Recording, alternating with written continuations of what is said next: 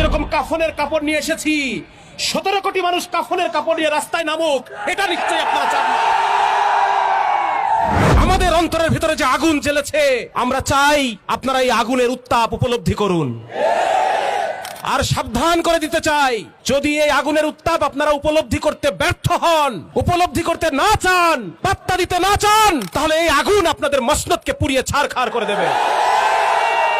চোখের সামনে আমার বাপকে খুন করে ফেললে যতটা না কষ্ট পেতাম, আমার স্ত্রীর সম্ভ্রমহানি হলে যতটা না কষ্ট পেতাম, আমার মাকে হত্যা করা হলে যতটুকু না কষ্ট পেতাম, চোখের মনি সন্তানকে ছিন্ন বিচ্ছিন্ন করে ফেললে যতটুকু না কষ্ট পেতাম, তার চেয়ে লক্ষ কোটি গুণ বেশি কষ্ট আমরা পেয়েছি।